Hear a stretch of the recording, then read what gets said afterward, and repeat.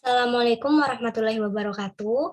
Perkenalkan, nama saya Rani Oktavia dengan NPM 21203011117. Di sini saya akan berperan sebagai guru bahasa Indonesia yang mengampu materi struktur teks berita kelas 8 demi kepentingan tugas pengajaran berbicara, yaitu video pembelajaran RPP ketiga yang diampu oleh Bapak Hari Wahyono. Maka akan segera saya mulai. Assalamualaikum warahmatullahi wabarakatuh. Halo teman-teman, selamat siang. Gimana nih kabarnya? Sehat semua kan? Jangan lupa untuk tetap menjaga kesehatan ya teman-teman, agar kita tetap sehat dan dapat terhindar dari virus COVID-19 ini. Dan harapannya kita bisa segera melaksanakan pembelajaran tatap muka. Nah, minggu lalu kita sudah membahas materi tentang pengertian teks berita. Jadi minggu ini kita akan membahas struktur dan kaidah kebahasaan teks berita. Sebelum memulai pelajaran, alangkah baiknya kita berdoa agar materi yang kita pelajari dapat terserap dengan baik. Berdoa sesuai kepercayaan masing-masing dimulai. Selesai? Baik. Minggu ini kita akan membahas tentang struktur dan kaidah teks berita. Yang pertama ada struktur teks berita. Nah, Ibu mau tanya, teman-teman ada yang tahu nggak sih struktur teks berita itu ada berapa? 3? Ada berapa coba? Ada lagi? 5? Coba kita lihat ya teman-teman yang benar ada berapa. Nah, yang pertama ada judul. Judul merupakan kata kunci yang mewakili keseluruhan berita. Judul dibuat semenarik mungkin, sehingga pembaca tertarik untuk membaca berita tersebut. Jadi, judul merupakan struktur teks berita yang berperan sangat penting nih teman-teman. Karena jika tidak ada judul, apalagi judulnya tidak menarik, pastinya pembaca tidak akan tertarik dong untuk membaca berita tersebut. Jadi, ketika teman-teman mau membuat suatu berita, teman-teman harus bisa mengakali judulnya semenarik mungkin agar pembaca banyak yang tertarik untuk membacanya. Selanjutnya, ada kepala berita atau yang bisa kita sebut juga dengan lead berita. Lead adalah pembuka berita yang berisi unsur 5W1H yang dijabarkan secara singkat, padat, dan menyeluruh. Selanjutnya, yang ketiga ada tubuh berita. Tubuh berita merupakan isi berita yang dapat memberitahukan lebih rinci tentang keseluruhan peristiwa atau informasi yang diberitakan. Tubuh berita berisi penjabaran berita yang berfungsi untuk menjawab pertanyaan why dan how, kenapa, dan bagaimana. Selanjutnya yang keempat, ini yang terakhir ya teman-teman. Jadi dalam struktur teks berita itu ada 4 struktur. Nah, yang ini yang terakhir, yang keempat. Ada ekor berita.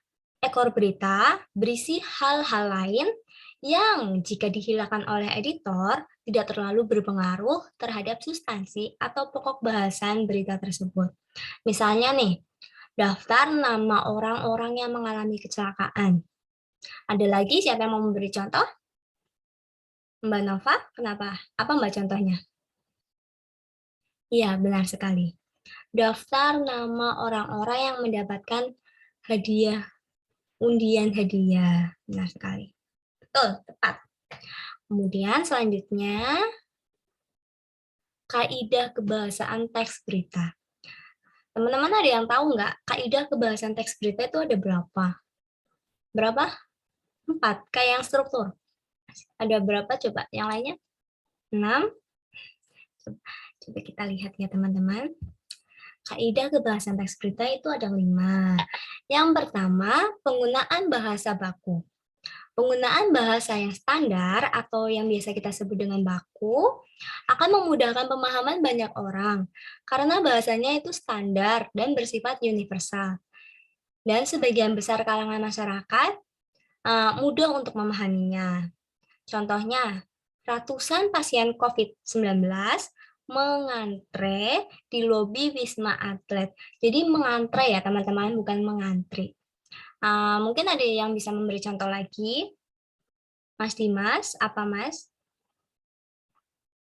Ya, benar sekali. Ibu membeli obat di apotek, bukan apotik, tapi apotek ya teman-teman. Selanjutnya, penggunaan kalimat langsung. Kalimat langsung adalah kalimat yang dituturkan oleh seseorang tanpa mengubah kata atau kalimat. Ciri dari kalimat langsung yaitu ditandai dengan dua tanda petik ganda dan disertai keterangan penyertaan. Contohnya, pelaku sudah kami tetapkan sebagai tersangka. Saat ini kami terus mengembangkan kasusnya, ucap Sutomo. Ada lagi mungkin yang ingin memberikan contoh? Ya, Mbak Nova, apa Mbak? Iya, benar sekali. Aku lapar sekali, ucap Ade kepadaku. Pintar sekali teman-teman. Selanjutnya, penggunaan kata kerja mental. Kata kerja mental adalah kata kerja yang menunjukkan respon atau sikap seseorang terhadap suatu tindakan. Kata kerja mental memiliki nama lain yaitu kata verbal mental.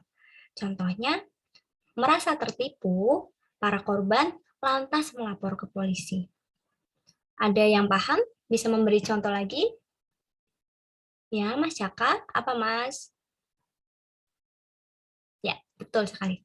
Merasa ketakutan, anak-anak pergi menghampiri ibunya. Jadi di situ ada kata kerja yang menunjukkan respon atau sikap seseorang terhadap suatu tindakannya.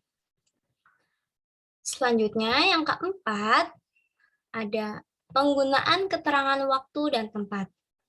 Pada teks berita, sudah pasti harus ada keterangan waktu dan tempat, agar berita yang disampaikan dapat dimengerti dengan jelas dan pembaca dapat mengetahui di mana dan kapan terjadi hal tersebut. Contohnya, bla bla bla bla, kata Kapolsek Wonosari, Kompol Sutomo saat dihubungi. Minggu 8 Oktober 2017.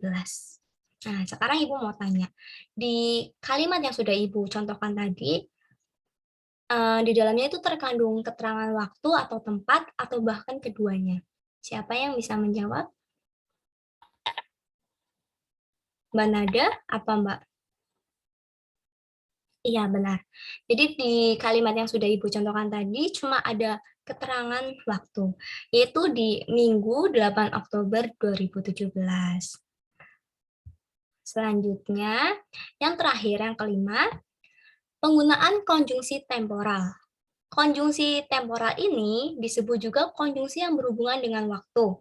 Contohnya, contoh konjungsi temporal yaitu kemudian, sejak, setelah, awalnya, dan akhirnya. Konjungsi ini biasa ditemukan pada struktur peristiwa yang menjelaskan berita secara kronologis atau urutan waktu. Nah, contoh penggunaan konjungsi temporalnya itu pelaku datang ke sekolahan. Kemudian langsung bilang ke kepala sekolah untuk menyosialisasikan kupon wisata dan kuliner. Coba Ibu sekarang mau tanya ke Mbak Vina, dari tadi berisik terus. Coba tolong beritahu Ibu di contoh tadi yang mana yang termasuk konjungsi temporal.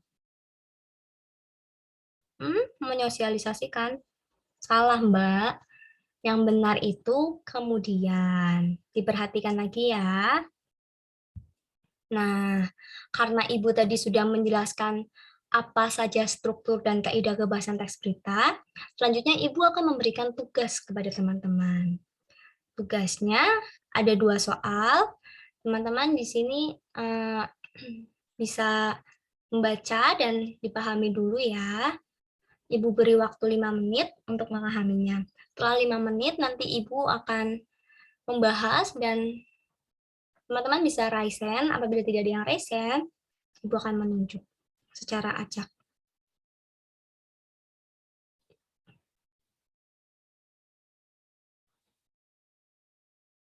Nah, sudah 5 menit. Sekarang kita akan membahas 2 soal ini. Yang bisa raise hand, tolong raise hand. Nanti akan Ibu beri poin ya teman-teman. Terserah mau menjawab soal yang pertama atau yang kedua, terserah. Siapa yang mau resen? Mbak Zahra ya? Mau menjawab soal yang nomor 1 atau nomor 2, Mbak? Nomor 2? Oke, kita baca soalnya dulu. Saya selalu mendapat komplain dari Kabupaten Bogor ini tentang sekolah-sekolah yang rusak. Bahkan, saya menurunkan tim khusus dari Dikbud untuk menanganinya, kata Muhajir ketika menghadiri peresmian di SMK Negeri 1 Leo Wiliang di Bogor, Rabu 12 Juli 2017. Nah, dari kalimat berita di atas ini, kata yang tidak baku beserta perbaikan yang tepat pada teks tersebut adalah apa? Mbak Zahra, tolong. Iya, benar sekali. Di sini terdapat kata komplain ya teman-teman, dan kata komplain itu tidak baku. Pembenarannya apa, Mbak? Iya, komplain, betul sekali. Nah, di dalam kalimat berita ini, Ibu akan memperluas lagi.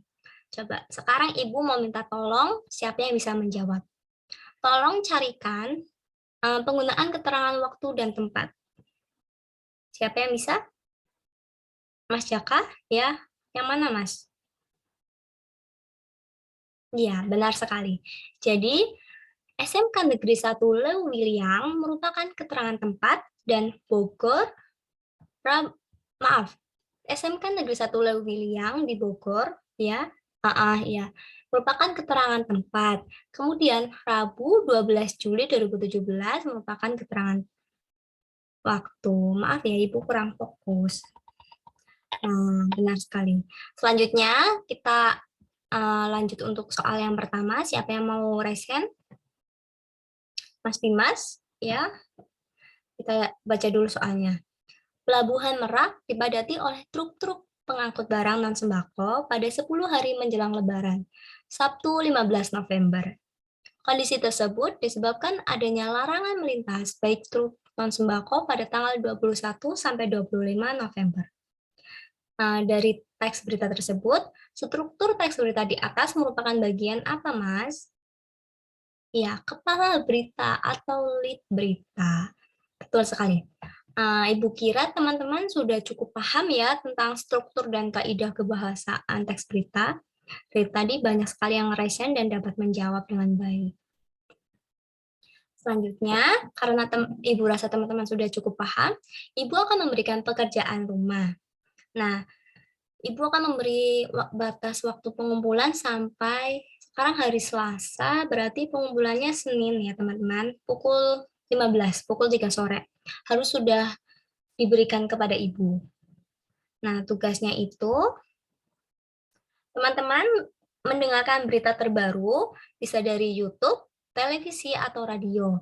Nah, apabila teman-teman ingin mendengarkan dari YouTube, teman-teman bisa mendengarkan dari siaran langsung, biasanya kan ada ya di YouTube, atau berita yang terbaru ya, maksimal 2 hari. Di-upload ke YouTube-nya itu maksimal 2 hari yang berita masih terbaru, masih fresh. Kemudian, selanjutnya tentukan struktur serta kaidah kebahasaannya. Nah, nanti teman-teman bisa serahkan tugasnya kepada ketua kelas, dan nanti Mas Dimas sebagai ketua kelas bisa kumpulkan ke Ibu maksimal hari Senin pukul 15. Terserah mau lewat email atau link, yang penting nanti kabarin Ibu dan kirim semua tugasnya. Ada yang mau bertanya? Mungkin kurang jelas? Tidak ada? Oke. Maka jika tidak ada yang bertanya, Ibu akan menyimpulkan materi pada pertemuan hari ini. Jadi, hari ini kita mempelajari tentang struktur dan kaidah teks berita. Struktur teks berita tersebut terdiri dari 4. Yang pertama, judul. Yang kedua, kepala berita atau lead berita. Yang ketiga, tubuh berita. Dan yang keempat, ada ekor berita. Selain itu, teks berita juga memiliki kaidah kebahasaannya, yaitu terdapat 5. Yang pertama ada penggunaan bahasa baku, yang kedua penggunaan kalimat langsung, yang ketiga penggunaan kata kerja atau verba mental, yang keempat ada penggunaan keterangan waktu dan tempat, dan yang terakhir yang kelima penggunaan konjungsi temporal. Nah, Karena Ibu rasa sudah cukup pertemuan pada hari ini, Ibu akan segerakan untuk menyudahi pertemuannya. Teman-teman jangan lupa untuk selalu semangat untuk belajar ya teman-teman, karena ilmu itu tidak akan ada habisnya. Sampai tua pun kita juga ilmu tersebut masih terpakai oleh kita. Jadi tetap semangat untuk belajar, untuk mencari ilmu. Dan jangan lupa tugasnya untuk dikerjakan ya teman-teman, tepat waktu. Ibu cukupkan sampai di sini. Ibu minta maaf jika ada kesalahan. Wabillahi taufiq wal hidayah. Wassalamualaikum warahmatullahi wabarakatuh. Selamat siang teman-teman. Oh ya, jangan lupa persiapkan untuk minggu depan. Teman-teman harus mempelajari tentang teks iklan. Oke? Selamat siang teman-teman. Terima kasih.